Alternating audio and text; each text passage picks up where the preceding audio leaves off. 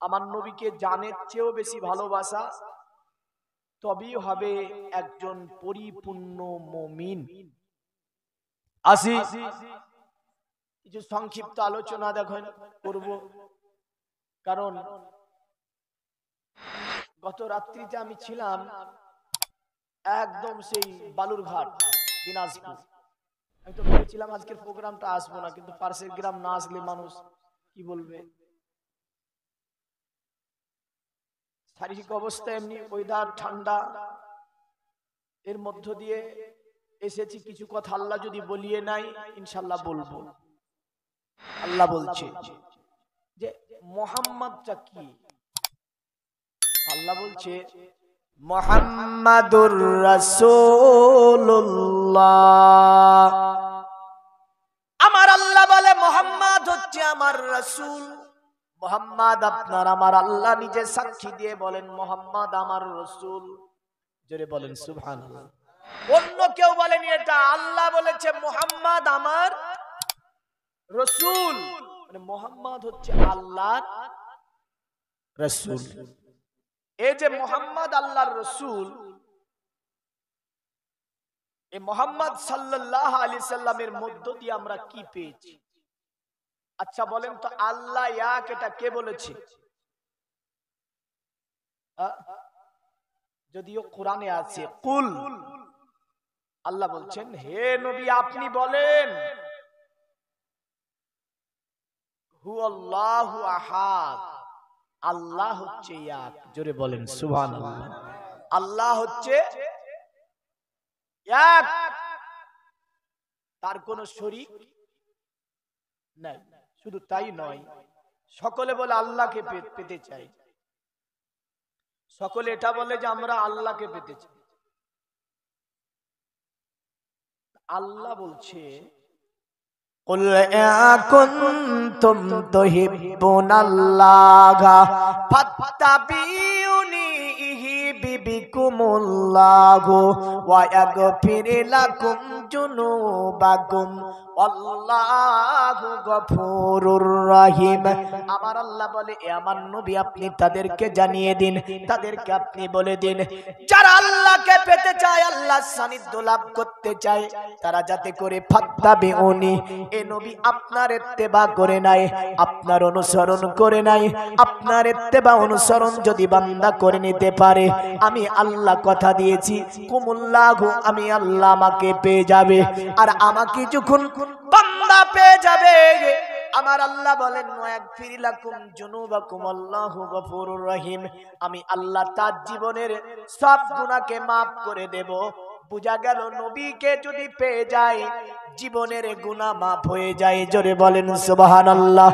হাদিসে পাকের মধ্যে আছে বিখ্যাত সাহাবী যার নাম আপনার দাহিয়াতুল কালবি সাহাবী, আপনার যার জন্য নবীজির দোয়া ছিল এইভাবে আল্লাহুম্মা ইজ্জাল ইসলামা বিদাহিয়াতুল কালবি, আল্লাহ তুমি যদি ইসলামের ইজ্জতকে বাঁচাতে চাও, দাহিয়াতুল কালবি কে তুমি হেদায়েত দাও।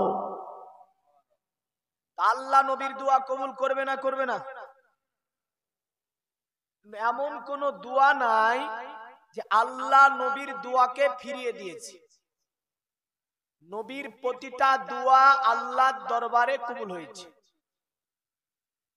হেদায়েতের মালিক আল্লাহ, কিন্তু নবী যাকে চায় আমার আল্লাহ তাকে হেদায়েত দেয়। জোরে বলেন সুবহানাল্লাহ। হেদায়েতের মালিক আল্লাহ, তবে মনে রাখবেন আল্লাহ নবী রাসূল না পাঠিয়ে ডাইরেক্ট হেদায়েত দিতে পারত, কিন্তু আল্লাহ ডাইরেক্ট হেদায়েত দেন নি। নবী রাসূলদেরকে পাঠিয়েছে আল্লাহ, নবীদেরকে যারা মেনেছে, জেনেছে, নবীদের অনুসরণ করেছে, ইত্তেবা করেছে, তাদেরকে আমার আল্লাহ হেদায়েত দিয়েছে। আর যারা নবীকে মানেনি তাদেরকে আল্লাহ হেদায়েত দিয়েছে। অনেকে বলবে তো নবী আবু জেহেলকে কেন হেদায়েত দিতে, নবী আবু জেহেল কে নবী তো ভালোবাসতো, তা আল্লাহ হেদায়েত দিল না কেন? দেখেন আবু জেহেলের জন্য নবীজির দোয়া এরকম ছিল না। হাদিসে আছে এইভাবে, তিনি যখন দোয়া করছিলেন আমার নবী, তো হাদিসের ভাষায় তিনি এভাবে হাত তুলে আল্লাহর কাছে মুনাজাত করছেন, আল্লাহুম্মা আইজ্জাল ইসলামা বি উমর ইবনুল খাত্তাব আও বি আবু জাহাল। আল্লাহ তুমি ইসলামের ইজ্জত সম্মানকে বাঁচাতে চাইলে উমারের ইজ্জতে উমারকে তুমি হেদায়েত দাও, নতবা তুমি ওই আবু জেহেলকে দাও, দুটির মধ্যে একটা দাও। তো আমার আল্লাহ বলে আমি পছন্দ করলাম, অতএব আমি দুটির মধ্যে যে একটা, সেটা আমি উমারকে কবুল করলাম। জোরে বলেন সুবহানাল্লাহ। আমি উমারকে কবুল করলাম। তবে আল্লাহ বলেছিলেন আমার হাবিব जिसके साथ आप मोहब्बत करते हैं उसको आप हिदायत नहीं की सकते। অতএব যাকে আপনি ভালোবাসেন আবু জেহেল, ওই আবু জেহেলটা হেদায়েত নেবে না, কারণ তার অন্তরের মধ্যে আমি আল্লাহ মোহর মেরে দিয়েছি। কি মেরেছে? মোহর মেরে দিয়েছি। আল্লাহ বলেন খাতামাল্লাহু আলা কুলুবিহিম ওয়া আলা সামিহিম ওয়া আলা আবসারিহিম। আল্লাহ বলে হাবিব তাদের অন্তরে মোহর মেরেছি, কানে মোহর মেরেছি, তারা শুনেও মানে না শোনে, শোনার পরও তারা না শোনার ভান করে। আমি আল্লাহ পাক তাদের চোখে মোহর মেরেছি, তারা দেখতে অতএব দেখেও না দেখার ভান করে। আল্লাহ রাব্বুল আলামিন তিনি বলেন অতএব তারা কখনোই হেদায়েত পাবে না। এ দুনিয়ার মুমিন মুসলমান মনে রাখবেন, আমার নবীজি সাল্লাল্লাহু আলাইহি সাল্লাম দোয়া করলেন কার জন্য? দোয়া করলেন আপনার দাহিয়াতুল কালবির জন্য। সাহাবী আপনার যেই রাত্রিতে নবীজি দোয়া করেছে, ওই রাত্রিতে আপনার দাহিয়াতুল কালবি আমার নবীর দরবারে ফজরের নামাজ পড়ে নবীজি আমার বসে আছেন। ইতিমধ্যে দাহিয়াতুল কালবি এসে হাজির, আমার নবীজির দরবারে দাঁড়িয়ে আছেন। আল্লাহর নবী দাহিয়াতুল কালবিকে দেখে নবীজি বলছে, দাহিয়া এ দাহিয়া তুমি কি কিছু বলতে চাও? দাহিয়া বলে, ইয়া রাসূলুল্লাহ আপনাকে না বুঝে না জেনে অনেক ধরনের অত্যাচার অনাচার অবিচার আপনার প্রতি করেছি গো নবী, দয়া করে আপনি আমাকে ক্ষমা করে দেন। আর আপনি কলেমা লা ইলাহা ইল্লাল্লাহ, লা ইলাহা ইল্লাল্লাহ, লা ইলাহা ইল্লাল্লাহ, লা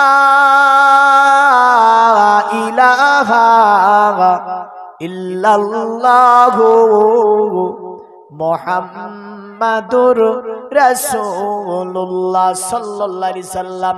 আপনি তার আমাকে এই কলেমা পড়ে ইসলাম ধর্ম গ্রহণ করিয়ে নেন। আল্লাহর নবী দাহিয়াকে কলেমা পড়ে ইসলাম ধর্ম গ্রহণ করিয়ে দিলেন। দাহিয়াতুল কালবি ইসলাম ধর্ম গ্রহণ করে মসজিদের বাইরে এসে দাঁড়িয়ে দাঁড়িয়ে ডুকরিয়ে ডুকরিয়ে কাঁদছে। বললেন নবীজি আমার দেখে সাহাবীকে বলছে, দাহিয়া এ দাহিয়া এমন করে তুমি ওখানে দাঁড়িয়ে দাঁড়িয়ে কাঁদছো কেন? সাহাবী বলছে, ইয়া রাসূলুল্লাহ আমি কলেমা পড়ে ইসলাম ধর্ম গ্রহণ করেছি, কিন্তু আমি জীবনে এত বড় বড় গুনাহ করেছি, এত বড় পাপ করেছি, আমার আল্লাহ আমাকে ক্ষমা করবে না, আমার আল্লাহ আমাকে maaf করবে না। নবীজি বলেছিল, দাহিয়া ইয়া মাসাবি দাহিয়া এমন কি গুনাহ করেছো তুমি, এমন কি পাপ করেছো তুমি? দাহিয়াতুল কালবি বলে, ইয়া রাসূলুল্লাহ ইয়া হাবিবাল্লাহ আমার এই নিজের হাতে আমি 70 জন জিন্দা মহিলাকে মরুর প্রান্তরে আমি পুঁতে রেখেছি। এত বড় গুনাহ।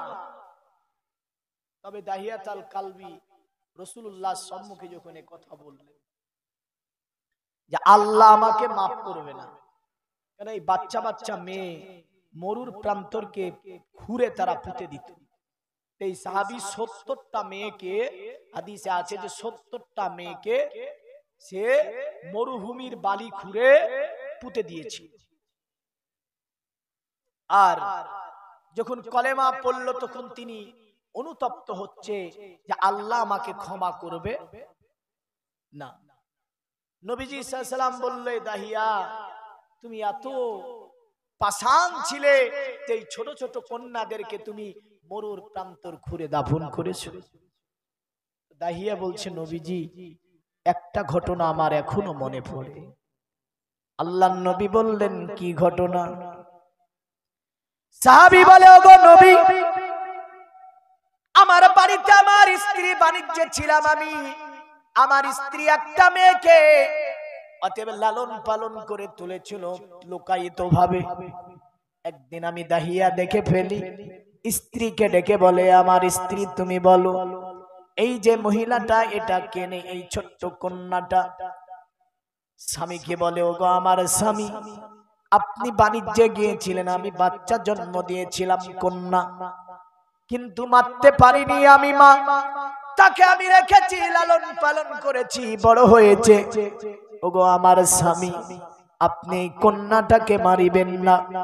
দাহিয়াতুল কালবি, কন্যাটা দেখতে বড় সুন্দর ছিল, কারণ দাহিয়া দেখতে বড় সুন্দর ছিল। এই দাহিয়া আপনার এত চেহারাবান ছিল, যার চেহারা ফেরেশতা জিবরিল পছন্দ করেছিল। তো এই মেয়েটি থাকতে লাগলো। নবীজিকে বলছে, নবী, একদিন আমার ব্রেনে হঠাৎ শয়তানের ওয়াসওয়াসা আসলো। কেউ জানে বলল, এ দাহিয়া, কারণ তোর ঘরে কন্যা বড় হবে আর সম্মান হানি হবে তোর, তুই হচ্ছিস 600-700 পরিবারের নেতা, আর তোর বাড়িতে এই মেয়েটি বড় হয়ে উঠবে, এটা তো হয় না। তখন দাহিয়াতুল কালবি ভাবলো, মেয়েটিকে মেরে দেব, যদিও বড় হয়ে উঠেছে, মেয়েটিকে মেরে দেব। তো চক্রান্ত খেলছে মাথায়, কি করে মারি মেয়েটাকে। নবীজিকে বলছে, নবী, এখনো আমার কথাগুলি খুবই মনে পড়ে।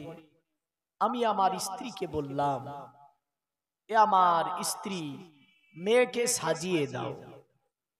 স্ত্রী বলছে, স্বামী কোথায় নিয়ে যাবেন? বলে, মেলা দেখতে নিয়ে যাব, তাকে ঘুরতে নিয়ে যাব। সুন্দর করে মেয়েকে সাজিয়ে নিলাম। এক মরুর প্রান্তর দিয়ে মেয়ের হাত ধরে, আমার হাত ধরে মেয়ে চলতেছিল।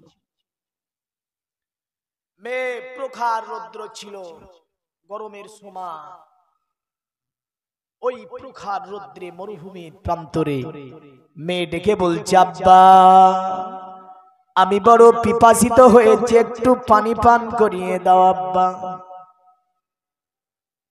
দাহিয়া বলে, ইয়া রাসূলুল্লাহ, এখনো এইটা আমি দাহিয়া আমার কানে যেন ভেসে আসে।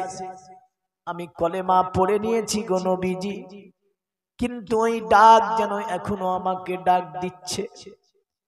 আমি দাহিয়া কন্যাকে বলেছিলাম, আমার কন্যা চলো, সামনে গিয়ে তোমাকে পানি পান করাবো। মরুর প্রান্তর, আমি যেতে যেতে একটা জায়গাতে কন্যাকে বললাম, আমার কন্যা, এখানে পানি পাওয়া যাবে না, মরুর প্রান্তরে হয়তো খনন করলে পানি পাওয়া যেতে পারে। আমার চক্রান্ত এটাই ছিল ওগো নবীজি, ওই অতএব চক্রান্ত এটাই ছিল, একটা গর্ত খনন করব, আর ওই গর্ততে তাকে পুঁতে দেব। তাই সে পানি চাইছিল। আমি বলেছিলাম, এ আমার কন্যা, একটুখানি এই জায়গা খুঁড়লে হয়তো পানি বেরিয়ে আসবে। মরুর প্রান্তরের বালি যখন খুঁড়ছিলাম, বালিগুলি ছুটে আমার মুখে, চুলে, গায়ে লেগে যাচ্ছিল। আর ছোট্ট মেয়েটি বলে, আব্বু, তোমার চুলে বালি পড়েছে।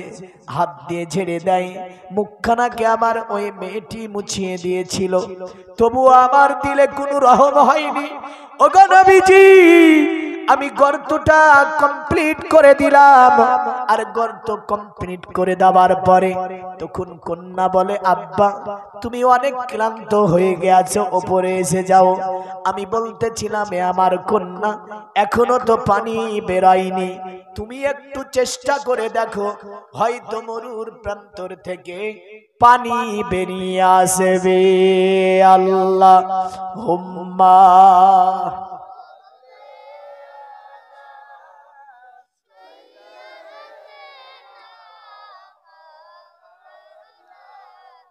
وعلى آله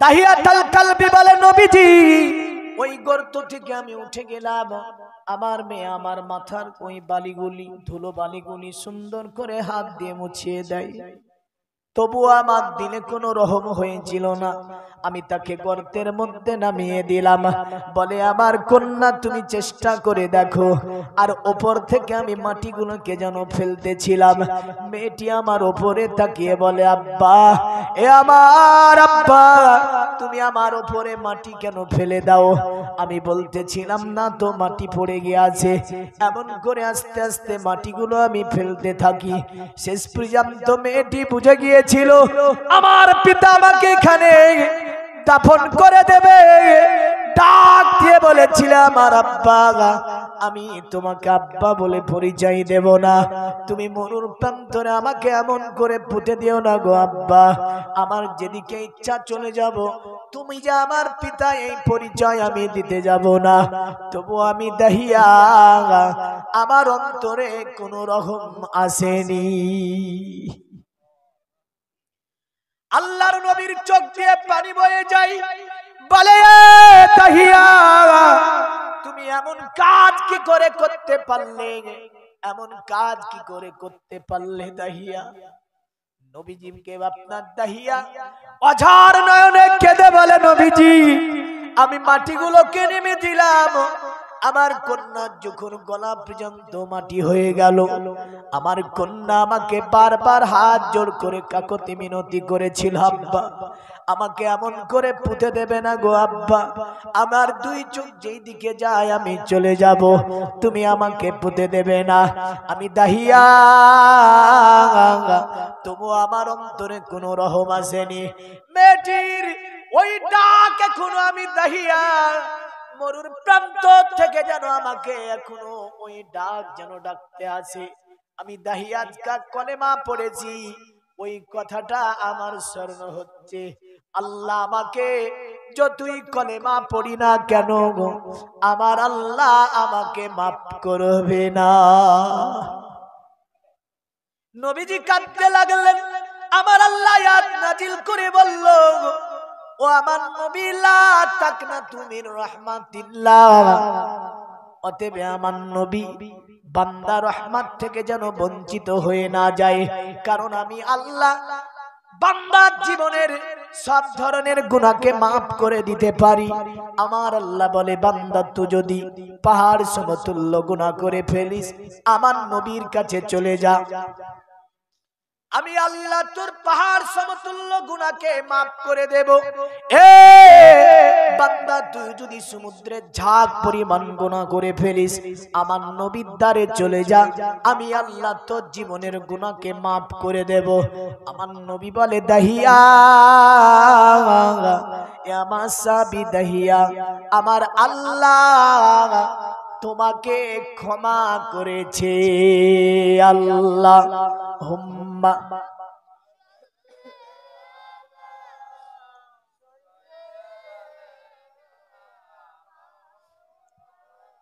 ওয়ালা আলি সাইয়্যিদিনা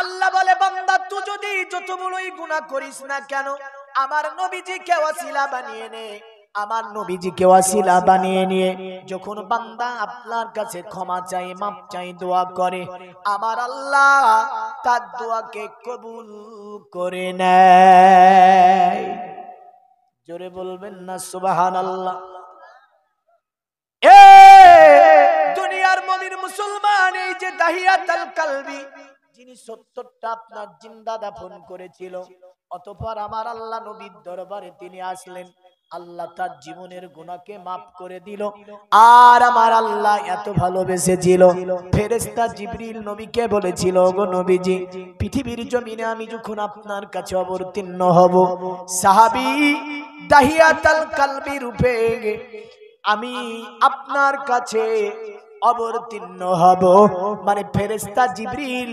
দাহিয়াতুল কালবির সাহাবী রূপে তিনি নবীর সঙ্গে দেখা করত। এ পরিবার কেমন ছিল দেখেন। আল্লাহর নবী মানুষ, এতে কোনো সন্দেহ নাই, না আছে? নবী মানুষ, কিন্তু হ্যাঁ আমাদের মতো বলা যাবে, আমাদের মতো বলা যাবে না। যেমন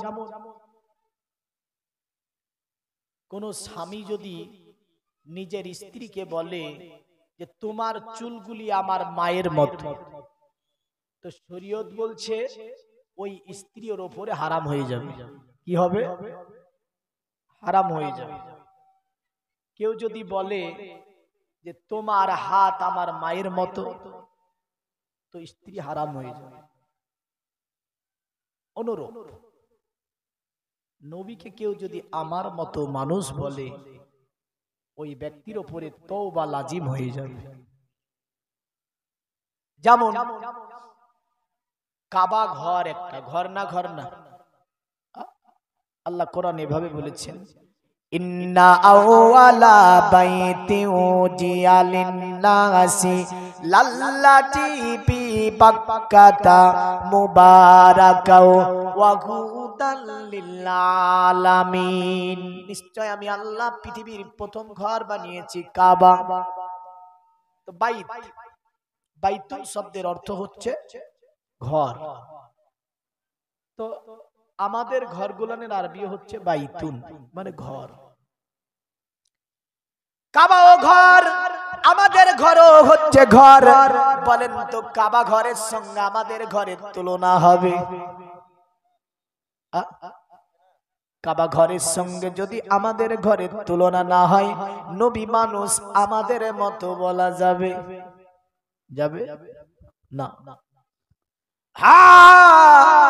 অনুরূপ ভাবে আপনার যেমন এই দেখেন মসজিদটা একটা ঘর না, ঘর না?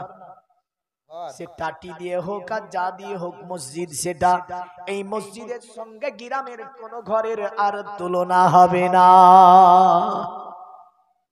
অনুরূপ আমার নবীজি মানুষ, আমার নবীজির সঙ্গে আর কারো তুলনা হয় না। যদি বলবেন না, না সুবহানাল্লাহ বলেন, সুবহানাল্লাহ। আরে মুস্তাফা হে লাজবা, মানে নবীজি লাজওয়া, তার সঙ্গে কারো তুলনা হয় না। শুধু তাই নয়, নবীজির মিসাল আর কেউ নাই, না আছে? কাবার মিসাল আছে? আরে জানে কাবা বেমিসাল, জানে তৈবা বেমিসাল, मेरा आका बेमिसाल, मेरा मौला बेमिसाल। মানে কাবার সঙ্গে কোনো ঘরের তুলনা হয় না, নবীজির সঙ্গে কোনো মানুষের তুলনা হয় না। এমন করে নবীজির মাজারের সঙ্গে অন্য মাজারের তুলনা হয় না। তাই বলে কি জানে কাবা বেমিসাল, জানে তৈবা বেমিসাল, मेरा आका बेमिसाल, मेरा मौला बेमिसाल। बेमिसाल बेमिसाल बेमिसाल बेमिसाल, मेरे आका की को ई मिसालो नहीं, मेरे मौला की को ई मिसालो नहीं। जोरे बोली सुभानाल्लाह। এ জগতের মুমিন মুসলমান, আমার নবী মানুষ, এতে কোনো সন্দেহ নাই। কিন্তু নবীজি ডাইরেক্ট ফেরেশতাকে দেখেছে। জোরে বলেন সুবহানাল্লাহ। আমরাও মানুষ, আচ্ছা বলেন আমরা ফেরেশতা দেখেছি? না। আল্লাহ বলছে ভাবে আল্লাযীনা ইউমিনুনা বিল গায়বি ওয়া ইউকিমুনাস সালাতা ওয়া মিম্মা রাযাকনাহুম ইনফিকুন। আমার আল্লাহ বলে তারাই হচ্ছে মুমিন যারা অদৃশ্যের উপর বিশ্বাস স্থাপন করলো। জোরে বলেন সুবহানাল্লাহ। যেমন ফেরেশতা দেখিনি বিশ্বাস আছে না নাই? যেমন জান্নাত দেখিনি বিশ্বাস আছে না নাই? জাহান্নাম দেখিনি বিশ্বাস আছে না নাই? এমন করে আমরা কবরে আযাব দেখিনি বিশ্বাস করে নিয়েছি, এমন করে আমার আল্লাহকে আমরা দেখিনি বিশ্বাস করে নিয়েছি, এমন করে আমরা আলামে বারজাখ দেখতে পাইনি বিশ্বাস করে নিয়েছি। আমার আল্লাহ বলে আল্লাযীনা ইউমিনুনা বিল গায়ব, তারাই হচ্ছে মুমিন যারা না দেখে বিশ্বাস স্থাপন করেছে, ওয়া ইউকিমুনাস সালাতা এবং নামাজ কায়েম করেছে। আমার আল্লাহ বলেন ওয়া মিম্মা রাযাকনাহুম ইনফিকুন, আর আমি আল্লাহ তাদেরকে যা মাল দিয়েছি সেই মালগুলো তারা নিজে ভক্ষণ করেছে এবং আল্লাহর রাস্তায় ব্যয় করেছে, তারাই হচ্ছে পৃথিবীতে মুমিন। এখন আমরা ফেরেশতা দেখিনি, আমার নবী ফেরেশতা দেখেছে না দেখেনি? দেখেছে না দেখেনি? হ্যাঁ, ফেরেশতাকে কয় রূপে দেখেছে জানেন? নবীজি সাল্লাল্লাহু আলাইহি সাল্লাম ফেরেশতার আসল চেহারাতেও দেখেছে, ফেরেশতার নকল চেহারাতেও ফেরেশতাকে দেখেছে। জোরে বলেন সুবহানাল্লাহ। এবার বলবেন মুফতি সাহেব আপনি কি করে বললেন? হ্যাঁ, ফেরেশতা জিবরিল আলাইহিস সালাম সম্পর্কে আমার নবীজি হাদিসে বলেন যে আমি জিবরিল আলাইহিস সালামের সঙ্গে যখন তার আসলি রূপে সাক্ষাৎ করলাম, জিবরিল হচ্ছে সমস্ত ফেরেশতার লিডার ফেরেশতা। জোরে বলেন সমস্ত ফেরেশতার মেন ফেরেশতা, সমস্ত ফেরেশতার শিক্ষক জিবরাইল আলাইহিস সালাম। তো নবী যখন দেখেন জিবরাইলকে, তো দেখেন এই জিবরিল আলাইহিস সালামকে আমার আল্লাহ পাক তিনি যেন ৯০,০০০ আপনার ডানা দিয়েছে। জোরে বলেন ৯০,০০০ জোড়া ডানা। আল্লাহর নবী বলেন জিবরিল তুমি বলো যখন সিদরাতে তুমি থাকো, দুনিয়াতে তুমি যাও, তোমার কতটা শক্তি প্রয়োগ করো তুমি? জিবরিল বলে ইয়া রাসূলুল্লাহ আল্লাহ পাক আমাকে ৯০,০০০ ডানা দিয়েছে, আমি একটা ডানার কিঞ্চিত পরিমাণ একটা ডানাকে যদি আমি হালকা নড়িয়ে দিই, আমি সিদরাতুল মুনতাহা থেকে দুনিয়াতে চলে যায়, ১ সেকেন্ডও টাইম লাগে না। জোরে বলেন সুবহানাল্লাহ। আমার নবীকে বলে ওগো নবীজি আমি জিবরিল, শুধু তাই নয় আমার মাত্র একটা ডানাকে যদি আমি হিলিয়ে দিই, সমগ্র পৃথিবীকে ১ সেকেন্ডও লাগবে না, আমার সমগ্র পৃথিবীকে আমি ভ্রমণ করে দেব। জোরে বলবেন না সুবহানাল্লাহ। তো নবীজি দেখেছে ডাইরেক্ট ফেরেশতাকে একদম আসল চেহারা, আর নকল চেহারা বলতে দাহিয়াতাল কালবি। হাদিসে এইভাবে আছে একদিন জিবরাইল আলাইহিস সালাম নবীজির বাড়িতে প্রবেশ করেছে। নবীজির নাওসা ইমাম আলী মাক্কা ইমামে হুসাইন রাদিয়াল্লাহু তাআলা আনহু দৌড়তে দৌড়তে যাবার পরে দাহিয়াতাল কালবি বলে কোলে বসে গিয়েছে। আপনার পকেটগুলো যেন খুঁজতে আছে, পকেটে কোনো জিনিস পাই না। জিবরিল আলাইহিস সালাম তিনি ভাবছেন কি ব্যাপার, জান্নাতের সরদার জান্নাতের লিডার হুসাইন আমার কোলে বসে গিয়েছে। আমি হুসাইন তো জানে না যে আমি দুনিয়ার কোনো মানুষ নই, আমি হচ্ছি ফেরেশতা জিবরাইল। জিবরাইল আলাইহিস সালাম নবীর কাছে গেল, যখন হুসাইন নেমে গেল আমার নবীকে বলে ওগো নবীজি আপনার নওসাওয়াতে ইমামে হুসাইন যখন বাড়িতে আমি প্রবেশ করলাম, দৌড় দিয়েছে আমার কোলের উপরে বসে গেল, আর যেন কিছু খুঁজতে ছিল। আমার নবীজি বলে জিবরাইল তুমি দাহিয়াতাল কালবি রূপে আহলে বাইতের বাড়িতে প্রবেশ করেছো। যখন আমার সাহাবী দাহিয়াতাল কালবি আমার বাড়িতে প্রবেশ করে হুসাইনের জন্য যে কোনো খাবার নিয়ে অতঃপর আমার বাড়িতে আসে, জোরে বলেন সুবহানাল্লাহ। কিন্তু তুমি তো তাহিয়াতুল কলবি রূপে এসেছো। ফেরেশতা জিবরিল বলে, ইয়া রাসূলুল্লাহ, ইয়া হাবিবাল্লাহ, ওগো নবীজি, তাহলে আমি চলে গেলাম জান্নাত থেকে খাবার এনে আমি হুসাইনকে ভক্ষণ করাবো। সুবহানাল্লাহ। একটা পরিবার। এবার দেখেন, ফেরেশতা আমরা দেখিনি, নবীজি দেখেছি। আচ্ছা বলেন, আল্লাহকে আমরা দেখেছি? না। কেউ দেখেছে? না। আল্লাহকে আমরা দেখিনি, নবী দেখেছে না দেখেনি? নবী দেখেছে। কোরআন বলছে, কাবা কাউসাইনি আও আদনা, একদম সিনা বয় সিনা আমার আল্লাহর সঙ্গে নবীজি দিদার করেছে, জোরে বলেন সুবহানাল্লাহ। নবীজি বলেন, রাআইতু রাব্বি ফি আহসানিস সুরাত, আমি আমার আল্লাহকে আমি দেখেছি আমার চামড়ার চোখে, জোরে বলেন সুবহানাল্লাহ। আমার আল্লাহকে আমার চামড়ার চোখ দিয়ে আমি নবীজি দেখেছি। তাহলে আল্লাহকে আমরা দেখিনি, নবী দেখেছে। আচ্ছা, আমরা জান্নাত দেখিনি, নবী জান্নাত দেখেছে না দেখেনি? মিশকাতের একটা হাদিস দেখেন, নবীজি সাল্লাল্লাহু আলাইহি সাল্লাম জান্নাত দেখেছেন। এ মর্মে আমরা অনেকগুলো বিষয় উপস্থাপন করতে পারি। একটা বিষয় আমি টেনে নেব। নবীজি সাল্লাল্লাহু আলাইহি সাল্লাম জান্নাত দেখে এসে সাহাবীদেরকে নিয়ে বসে আছে। আল্লাহর নবী আবু বকরকে বলছে, আবু বকর, আমি যখন জান্নাত ঘুরছিলাম, জান্নাতে একটা ঘর দেখলাম, তোমার নাম লেখা আছে, জোরে বলবেন সুবহানাল্লাহ। জান্নাতে একটা ঘর দেখলাম, তোমার নাম লেখা আছে। ওমরকে বলছে, ওমর, আমি জান্নাতে তোমার জন্য একটা ঘর দেখেছি। ওমর বলছে, নবীজি আপনি প্রবেশ করেছেন? আল্লাহর নবী বলল, প্রবেশ করতে যাচ্ছিলাম, কিন্তু আমি নবীজি বেরিয়ে এসেছি।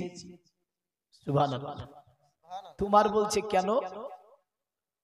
নবীজি বললেন, একজন মহিলাকে আমি দেখেছি ওই ঘরে। সুবহানাল্লাহ। ওমর বলে, ইয়া রাসূলুল্লাহ, উনি কে? আল্লাহর নবী বলে, ওমর, তুমি যখন হিজরত করে তোমার একজন স্ত্রীকে মক্কাতে রেখেছিলে, তোমার ওই স্ত্রী অসুখ অবস্থায় মক্কা থেকে হিজরত করেছিল মদিনার দিকে। রাস্তার মধ্যে যিনি ইন্তেকাল করে গিয়েছিল, আমার আল্লাহ একটা হুরের চেহারা তোমার স্ত্রীর মতো করে একদম ওই জান্নাতের ঘরে রেখেছে, জোরে বলেন সুবহানাল্লাহ। এ উমর, আমি তাকে দেখে লজ্জা পেলাম, আর আমি নবীজি যেন বেরিয়ে গেলাম। উসমানে গনির দিকে তাকিয়ে নবীজি বললেন, উসমান, আমি তোমার জন্য জান্নাতে একটা ঘর দেখেছি। আর নবীর একজন সাহাবী, যিনি ছিল কালো কুৎসিত চেহারা সাহাবী, যার নাম ছিল হাবশী বেলাল, চুপচাপ বসে আছে। বললেন, যদিও কালো, কিন্তু ভিতরটা ছিল বড় আলো। ছিল না? ছিল না? ওপরটা খুবই কালো, আর ভিতরটা লাইটের চেয়েও উজ্জ্বল ছিল সাহাবীর। সাহাবী বসে বসে ভাবছে, আমি তো জীবনে কোনো আমল করিনি, আমাকে নবীজি কিছুই বলবে না। তো তিনি পেছনে বসে আছে, নবীজি তাকাচ্ছে বেলালের দিকে। বেলালের দিকে তাকিয়ে আল্লাহর নবী বলেন, ইয়া বেলাল। বেলাল চোখ তুলে তাকিয়েছে। নবী বলে, বেলাল, তুমি বলো কি আমল করেছো দুনিয়ায়? বেলাল বলে, না ইয়া রাসূলুল্লাহ, কোনো আমলই আমি করতে পারিনি। সাহাবী সে বলছে, আমি কোনো আমলই করতে পারিনি। নবী বলে, বেলাল, এ বেলাল, তুমি বলো কি আমাল করেছো দুনিয়ায়? বেলাল বলে না ইয়া রাসূলুল্লাহ, কোনো আমালই আমি করতে পারিনি। নবী বলে ইয়া বেলালু ফাদাফানা লিকা বাইনা ইয়াদিয়াল জান্নাত, এ বেলাল তোমার জুতার আওয়াজ আমি নবীজি জান্নাতে শুনেছি। সুবহানাল্লাহ। বেলালের চোখ দিয়ে খুশির পানি বেরিয়ে গেল। ওগো নবীজি, উমারকে আপনি বললেন জান্নাতের কথা, উসমানকে বললেন, আবু বকরকে বললেন, আমি বেলাল, আমি তো ভেবেছিলাম আমাকে জান্নাতের কোনো কথা বলবেন না ইয়া রাসূলুল্লাহ, কিন্তু বেলালকে আপনি জান্নাতের কথা শোনালেন। নবী বলে বেলাল বলো কি আমাল করো তুমি? বেলাল বলে নবীজি, আমি বেলাল যখনই আমার ওযুটা ভেঙে যায়, আমি বেলাল সঙ্গে সঙ্গে ওযু বানিয়ে নিয়ে তাহিয়াতুল ওযুর 2 রাকাত নামাজ পড়ে নি। সুবহানাল্লাহ। জান্নাত কত সস্তা। আর এখনকার কিছু ছেলেরা পেশাব ফিরে পানি ব্যবহার করে, কুলুপনে আছে না নাই? এই ছেলেটা যদি মরে যায়, পৃথিবীর কোন দোয়াইকে জান্নাতে নিয়ে যেতে পারবে না। আমার নবীজিকে বললো আমার যখন ওযু ছুটে যায়, তা আমি বেলাল সঙ্গে সঙ্গে ওযু করে নিই। জোরে বলেন সুবহানাল্লাহ। এবার দেখেন তো, নবীজি জান্নাত দেখেছে, এতে কোনো সন্দেহ আছে? কোনো সন্দেহ নাই। আচ্ছা, কবরে আযাব, আমরা এত কবর জিয়ারাতে যাই, আমরা দেখেছি কোনোদিন? না। দেখতে পাননি? না। আমার আল্লাহ জিন এবং ইনসান থেকে কবরে আযাবকে লুকিয়েছেন। জিন দেখতে পাবে না, ইনসান দেখতে পাবে না, কিন্তু নবীজি দেখেছে। জোরে বলেন সুবহানাল্লাহ। বোঝা গেল নবীকে আমার মতো কোনো দিক দিয়ে বলার চান্স নাই। বুখারী মুসলিমের হাদিস, নবীজি বলেন এখানে 2টি কবরে আযাব হচ্ছে, দেখতে পাচ্ছি। সাহাবীরা বলল নবীজি কি কারণে আযাব হচ্ছে? আল্লাহর নবী বললেন একজন পেশাব করার সময় সাবধানতা অবলম্বন করত না, এই কারণে একটা কবরে আযাব হচ্ছে। আর আমার নবী বললেন দ্বিতীয় কবরে কারণে আযাব হচ্ছে। আল্লাহর নবী বললেন দ্বিতীয় কবরের ব্যক্তিটা ছিল চুগলখোর, যাকে হাদিসে শাররুন নাস জালাজাইন বলা হয়েছে, মানে 2 মিখা ব্যক্তি, সমাজের জন্য বড় নিকৃষ্ট তারা। আল্লাহর নবী বললেন একজন চুগলখোরের কবরে আযাব হচ্ছে, আর আরেকজন পেশাব করার সময় সাবধানতা অবলম্বন করত না, এই কারণে একটা কবরে আযাব হচ্ছে। সুবহানাল্লাহ। আমার নবী কবরে আযাব দুনিয়া থেকে দেখেছেন, কিন্তু নবীজি বলেন শোনো আমার উম্মত, আমি যা শুনতে পাই তা তোমরা শুনতে পাও না, আমি নবী যা দেখতে পাই তা তোমরা দেখতে পাও না। আমি নবী যা শুনতে পাই তা যদি তোমরা শুনতে পেতে, পৃথিবীতে ঘর সংসার কিছুই করতে না। আমি নবী যা দেখতে পাই তা যদি তোমরা দেখতে পেতে, তোমরা দুনিয়ার জ্ঞানকে হারিয়ে পাগল হয়ে যেতে। আল্লাহ হুম্মা সাল্লি আলা সাইয়্যিদিনা মাওলানা মুহাম্মদ ওয়ালা আলি সাইয়্যিদিনা মাওলানা মুহাম্মদ। এ দুনিয়ার মানুষ, মুমিন মুসলমান শুধু তাই নাই গো, আমার নবীজি সাল্লাল্লাহু আলাইহি ওয়াসাল্লাম, তিনি আমাদের মতো বলার কোনো সুযোগ নাই। কারণ কয়েক কথা আমি একভাবে রেফারেন্স দিয়েছি, আর একটা বিষয় আপনার সম্মুখে উপস্থাপন করি।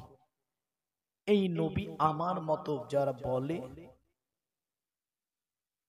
তারা চরম অন্যায় করেছে। জিবরাইল আলাইহিস সালাম নবীজির কাছে এসে বসে আছে। নবীজি বলে আখি জিবরাইল, এই ভাই জিবরাইল। তো জিবরাইল বলে বলুন ইয়া রাসূলুল্লাহ। তো নবী বলে আখি জিবরাইল, এ ভাই জিবরাইল, তুমি কি সব নবীকে দেখেছো?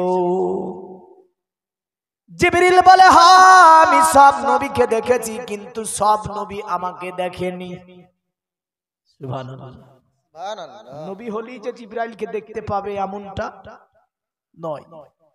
কোন নবীর কাছে একবার এসেছে জিবরাইল আর আসে, কোন নবীর কাছে দুবার এসেছে জিবরাইল আর আসে, কোন নবীর কাছে তিনবার এসেছে জিবরাইল আর আসে, কোন নবীর কাছে চারবার এসেছে জিবরিল আর আসেনি। এমনও নবী যার কাছে একবারও আসেনি জিবরাইল। তো জিবরাইল আলাইহিস সালাম এ ফেরেশতা বলছে সব নবীকে আমি দেখেছি কিন্তু সব নবী আমাকে দেখে নেই। আমার নবী বলে জিবরিল শুনে রেখে দাও, অতএব দুনিয়ার জমিনে আমার মতো নবী কি কাউকে তুমি দেখতে পেয়েছো? জিবরিল তো বলতে পারত নবীজি আদম ছিল মানুষ, ঈসা ছিল মানুষ, মুসা ছিল মানুষ, এমন করে ইব্রাহিম ছিল মানুষ। জিবরিল এগুলো বলে না। জিবরিল বলে নবীজি আপনার মতো তো দূরের কথা, আপনার পায়ের মতো কোন নবীকে আমি দেখতে পাইনি। জোরে বলবেন না। জিবরিল বলছে আপনার মতো তো দূরের কথা, আপনার পায়ের মতো কোন নবীকে আমি জিবরাইল দেখতে পাই নি। আমাদের আকীদা কোনটা হবে? জিবরাইলের যেটা সেটা নাকি অন্যটা? জিবরাইল যেটা আকীদা পোষণ করেছে এই আকীদাটাই আমাদের হবে। আমরা নবীকে আমাদের মতো বলবো না, কিন্তু নবী মানুষ, নিঃসন্দেহে তিনি মানুষ। নবী হওয়ার জন্য মানুষ হতে হবে, নবী হওয়ার জন্য পুরুষ হতে হবে। আর কোন মেয়ে মহিলা নবী হয়নি, কোন জিনদের মধ্য থেকেও নবী হয় নি। হ্যাঁ, ফেরেশতাদের মধ্য থেকে জিবরাইল আলাইহিস সালাম তিনি নবী এবং রাসূল আছেন। আল্লাহ রাব্বুল আলামিন তিনি বলছে মুহাম্মাদুর রাসূলুল্লাহ, মুহাম্মদ হচ্ছে আমার রাসূল। এখানে আরেকটা বিষয় খুবই ক্লিয়ার করে বলি, ব্রেনটা উপস্থিত রাখবেন, যেটা সাধারণ মানুষের কাছে বুঝতে অসুবিধা কর, বা এটা নিয়ে সাধারণ মানুষ বিভিন্ন এর মধ্যে পড়ে যায় যে ইয়া রাসূলুল্লাহ বা মুহাম্মাদুর রাসূলুল্লাহ, তো বলে রসুলকে আল্লাহ বলল। কি বলে? রসুলকে আল্লাহ বলল, বা এটা তা নয়। এখানে ইয়া রাসূলুল্লাহ, ইয়া হরফে নিদা মানে মানুষকে সম্বোধন করার এমন কিছু শব্দ রয়েছে যেগুলি হচ্ছে ইয়া, আয়া, হায়া, আই, হামজায়ে মাফতুহা, পাঁচটা এমন সম্বোধন বাক্য আছে। তারপরে আছে রাসূল। এই রাসূল শব্দটা হবে ব্যাকরণে মুজাফ, আল্লাহ মুজাফ ইলাই। মুজাফ এবং মুজাফ ইলাই যখন হয় তখন মানেটা হয় আল্লাহ কে রাসূল, আল্লাহ কে রাসূল। আর বাংলায় বলতে হবে আল্লাহর নবী, আল্লাহর নবী। রাসূল আল্লাহ শব্দের অর্থ আল্লাহর নবী। নবী আল্লাহ নয়, আল্লাহর নবী। এখানে সাধারণ মানুষ এগুলোকে হয়তো কারো মুখে কিনো ভাবে শুনেছে, এটা শুনে বলে ওরা ইয়া রাসূল আল্লাহ বলা, নবী রাসূলকে আল্লাহ বলা। না, পাকা ভুল কথা। কারণ এর মানে এইভাবে হয়, কারণ নবীজি সাল্লাল্লাহু আলাইহি ওয়াসাল্লাম স্রষ্টা, আমার আল্লাহ হচ্ছে নবী সৃষ্টি, আল্লাহ স্রষ্টা। স্রষ্টা যিনি হন তিনার সঙ্গে কোন সৃষ্টিকে তুলনা করা যায় না। সৃষ্টির জন্য যা প্রযোজ্য হয় তা স্রষ্টার জন্য হয় না। যেমন আল্লাহর নবী দুনিয়াতে জন্ম নিয়েছেন স্রষ্টার জন্য, এটা কখনোই শোভনীয় নয়। আমার নবীজি দুনিয়ার জমিনে মা বাবা ছিল, স্রষ্টার জন্য এটা শোভনীয় নয়। আমার নবীজি দুনিয়ার জমিনে খাবার ভক্ষণ করেছেন, স্রষ্টার জন্য সেটা শোভনীয় নয়। আমার নবীজি দুনিয়ার জমিনে ব্যবসা বাণিজ্য আমাদেরকে শিখিয়েছেন, স্রষ্টার জন্য এটা শোভনীয় নয়। আমার নবীজি দুনিয়ার জমিনে আপনার 63 বছর মাকানের ওপর বসবাস করেছেন, আর স্রষ্টা যিনি হয় তিনি লা মাকাতে বসবাস করে। জোরে বলেন সুবহানাল্লাহ। স্রষ্টার জন্য কোনো মাকান তাই করা যায় না, স্রষ্টার জন্য কোনো জায়গাকে নির্ধারণ করা যায় না, কারণ মহান রব্বুল আলামিন তিনি হচ্ছেন নূর। আমার আল্লাহ এমন একজন স্রষ্টা যে সৃষ্টির সঙ্গে যার কোনো দিক থেকেই তুলনা হবে না, আর সৃষ্টির জন্য যা প্রযোজ্য হবে আমার আল্লাহর জন্য তা হবে না। সুবহানাল্লাহ। এ দুনিয়ার মুমিন মুসলমান, হ্যাঁ তবে এটাও ক্লিয়ার করে যায়, দুনিয়ার জমিনে আমার আল্লাহ পাক আমার নবীজিকে দুনিয়াতে পাঠিয়েছেন সকল সৃষ্টির মধ্যে উত্তম সম্মান যাকে আমার আল্লাহ দিয়েছিলেন তিনি হচ্ছেন আপনার আমার নবী, বিশ্ব নবী জনাবে মুহাম্মাদুর রাসূলুল্লাহ সাল্লাল্লাহু আলাইহি ওয়াসাল্লাম। জোরে বলেন সুবহানাল্লাহ। বোঝা গেল আমার আল্লাহ তিনি স্রষ্টা, আমার নবী সৃষ্টির মধ্যে উত্তমতম প্রশংসা করে দিয়েছেন আমার আল্লাহ নবীজির।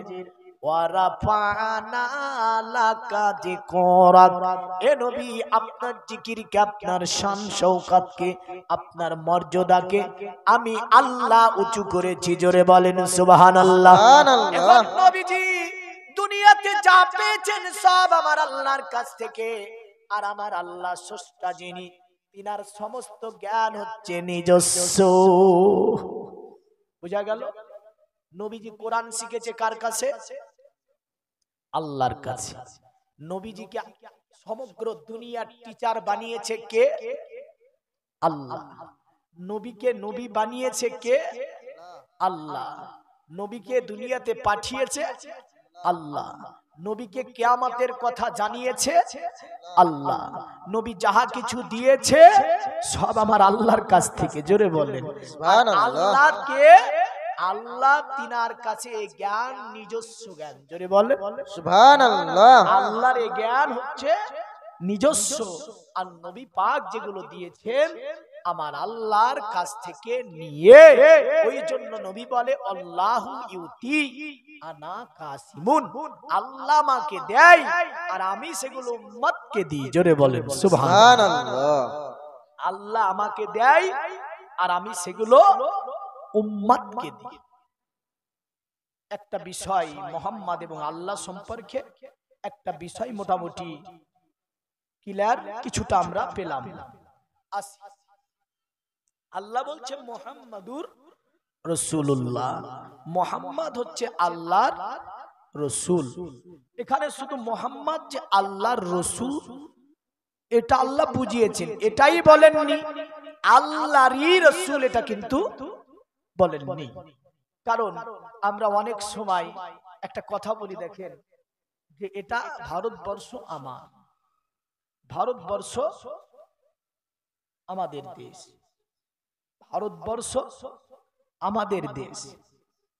এই যে আমাদের দেশ সকলের দেশ, আমারই দেশ, মানে একাকী ভাবে এটা নয়। আল্লাহ এভাবেই বললেন মুহাম্মদ আমার রাসূল, এটা বলেননি যে মুহাম্মদ আমারই রাসূল। তার মানে মুহাম্মদ আল্লাহর রাসূল, মুহাম্মদ সকলেরই রাসূল। জোরে বলেন সুবহানাল্লাহ। খুব ক্লিয়ার করে আমার আল্লাহ যে মুহাম্মদ আল্লাহর রাসূল, মুহাম্মদ সকলেরই রাসূল। বলে কার?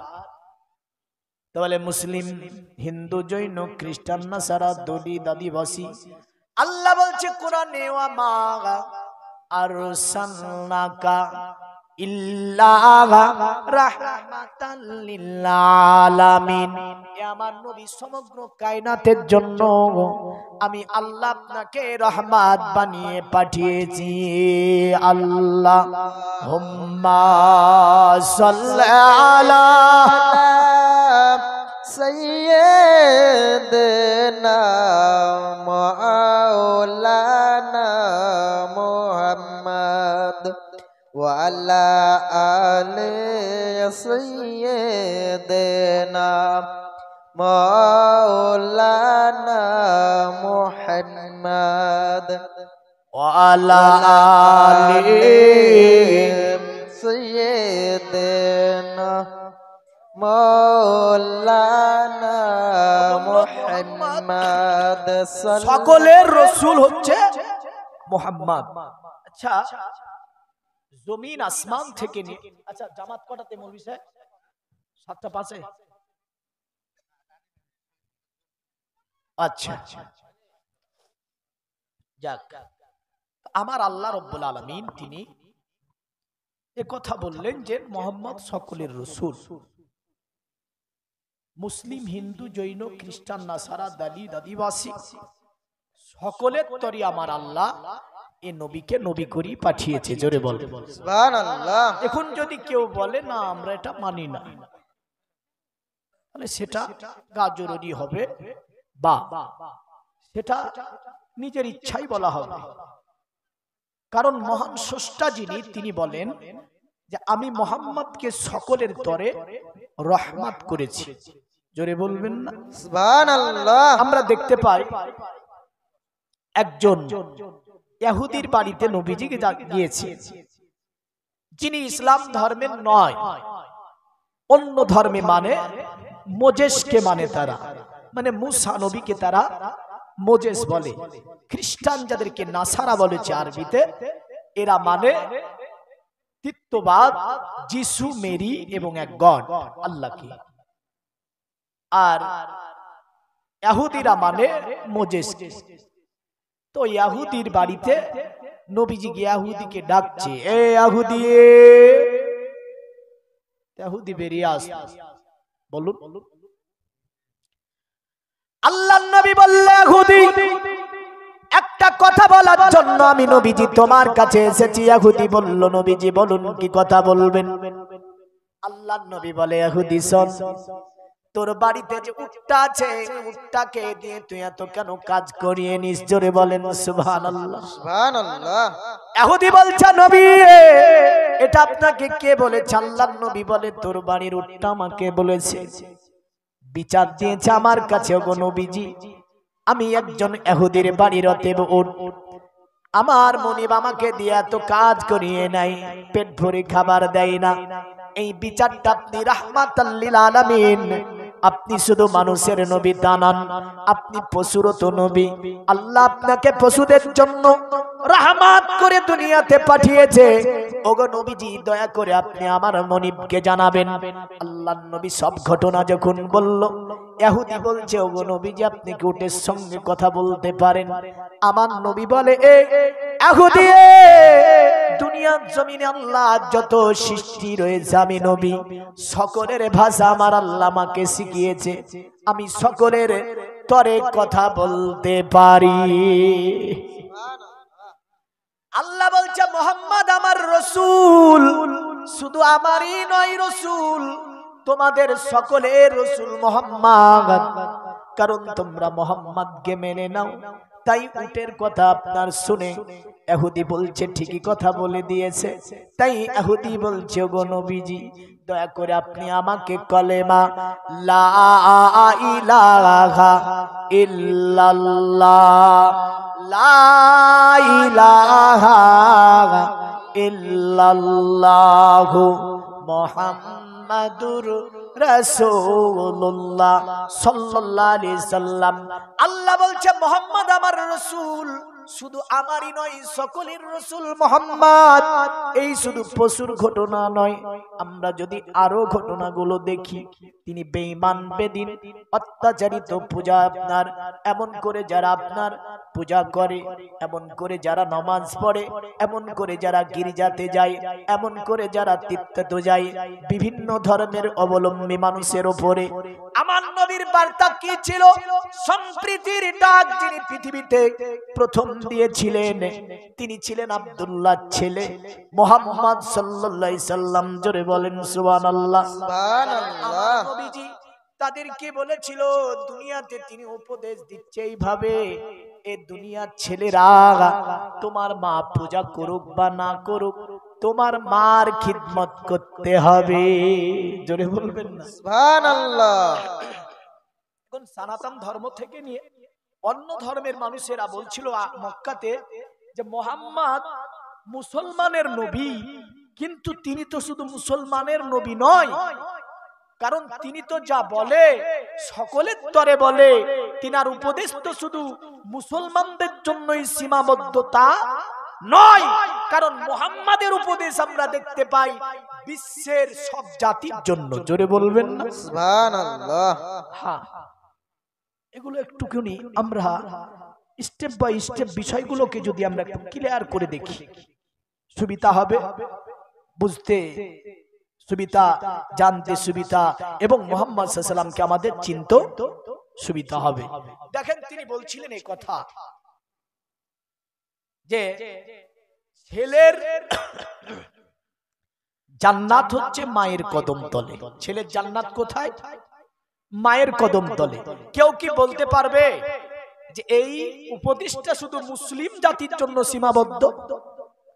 নবীজি কি বলেছে এটা যে মুসলমানের জন্যই সীমাবদ্ধ? এটা না, নবীজি এটাই বলেছেন প্রতিটা ছেলে বাবা মার খিদমত করবে। জোরে বলেন সুবহানাল্লাহ।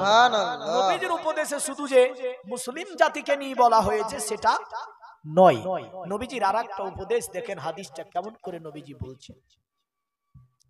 নবীজি এইভাবে বলছেন,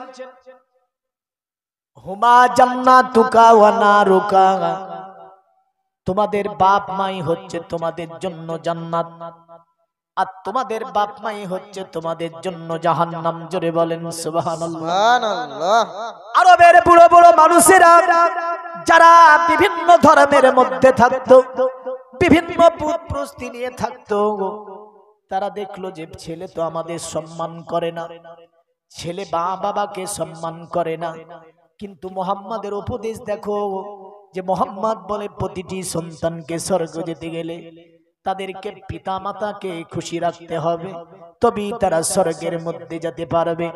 তারা নবীজির কাছে আসলো, নবীকে বলে, আল্লাহর নবী, এই যে আপনি জান্নাতের কথা বললেন, এটা কি শুধু মুসলমানের জন্য সীমাবদ্ধ করে দিলেন? নবীজি বললেন না। অতএব আল্লাহর নবী বলে, শোনো পৃথিবীর সন্তান, তোমার মা নামাজ পড়ুক চাই না পড়ুক, মায়ের সম্মান করো। তোমার বাবা রোজা রাখুক বা নামাজ পড়ুক বা না পড়ুক, বাবার সম্মান করো। নবী বললেন, বাবা গির্জায় যাক বা না যাক, মন্দিরে যাক বা না যাক, পূজা দেখ বা না দেখ, প্রতিটা সন্তানের কর্তব্য হচ্ছে বাবা মার খিদমত করতে হবে। এটাই নবীজি সাল্লাল্লাহু আলাইহি সাল্লাম খুবই কড়া করে বিশ্বের জাতির জন্য, মানবের জন্য আমার নবীজি এই উপদেশখানা দিলেন। জোরে বলেন সুবহানাল্লাহ। নবীজি আমার উদারতা শিক্ষা দিয়েছেন।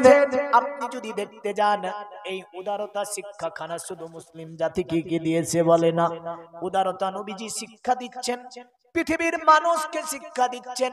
কারণ বর্তমান আধুনিক বিজ্ঞান গবেষণার আপনার যুগ, আধুনিক বিজ্ঞান বড় উন্নত। আপনার তারা নবীজির প্রতিটা হাদিসকে নিয়ে গবেষণা করে বলল, শোন, মুহাম্মাদের উপদেশগুলো যদি দুনিয়ার জমিন থেকে ব্যান্ড হয়ে যেত, মুহাম্মাদের উপদেশগুলি যদি দুনিয়াতে আপনার না ফেলানো হতো, মানুষ হয়ে মানুষকে চিনতে পারতো না, মানুষ অন্ধকারে আচ্ছন্নিত থাকতো, জ্ঞান বলে পৃথিবীতে কিছুই পেত না, বড়দের সম্মান করতে জানতো না, ছোটদের স্নেহ করতে জানতো না। এমন করে পৃথিবীর জমিনে মুহাম্মদ সাল্লাল্লাহু আলাইহি ওয়াসাল্লাম যিনি যা দিয়ে গেলেন, সমগ্র পৃথিবীটাকে তিনি সকল জাতির জন্য আলোকিত করে রেখে দিল। জোরে বলেন সুবহানাল্লাহ। শুধু যে আমার নবী মুসলিমের জন্য আলো করে রেখে দিয়েছে তা নয়, বিশ্বটাকে চলমান করে রেখে দিয়েছেন যিনি মুহাম্মদ সাল্লাল্লাহু আলাইহি ওয়াসাল্লাম, আমার আল্লাহ পাকের এই প্রদত্ত জ্ঞান দিয়ে। এখন উদারতা কি দেখি, আল্লাহর নবী সাল্লাল্লাহু আলাইহি সাল্লাম তিনি বড় ক্ষমাশীল ছিলেন। জোরে বলবেন না সুবহানাল্লাহ। তিনি বড় ক্ষমাশীল ছিলেন। আচ্ছা, এই ক্ষমা কি শুধু মুসলমানদের উপরই ছিল না অন্য জাতির উপরও ছিল? তো দেখতে পাই আমরা মুসলমানের চেয়ে নবীজি অন্য জাতির উপরে উদারতা বেশি দেখিয়েছে। জোরে বলবেন না সুবহানাল্লাহ। আজ বিশ্বের জমিনে এত মুসলিম কোন নবীর যুগে হয়নি, যতটা মুহাম্মদ সাল্লাল্লাহু আলাইহি ওয়াসাল্লামের সময় থেকে নিয়ে আজ পর্যন্ত বিশ্বে এই মুসলিম সমাজ বেড়ে চলেছে। কারণ কি দিয়ে? সেটা একমাত্র মুহাম্মদ সাল্লাল্লাহু আলাইহি ওয়াসাল্লামের আদর্শ দিয়ে, চরিত্র দিয়ে, তিনার উদারতা, ভালোবাসা, প্রেম দিয়ে আজ মুসলিম সমাজ মোটামুটি 30 থেকে 32% এগিয়ে গিয়েছে। জোরে বলেন সুবহানাল্লাহ। সুবহানাল্লাহ। তো উদারতা কি? দেখেন, একজন ব্যক্তি, নবীজি সাল্লাল্লাহু আলাইহি ওয়াসাল্লাম হাদিসে আছে, আল্লাহ নবী সাল্লাল্লাহু আলাইহি ওয়াসাল্লাম বসে আছেন, তবে তার পূর্বে সবচেয়ে কড়া বিষয় এটাই যে নবীজি সাহাবীদেরকে নিয়ে বসে আছেন। একটা ঘটনা এরকম আছে, আর ইতিমধ্যে মসজিদে নববীর মধ্যে একজন এসে দাঁড়িয়ে প্রসাব করছে।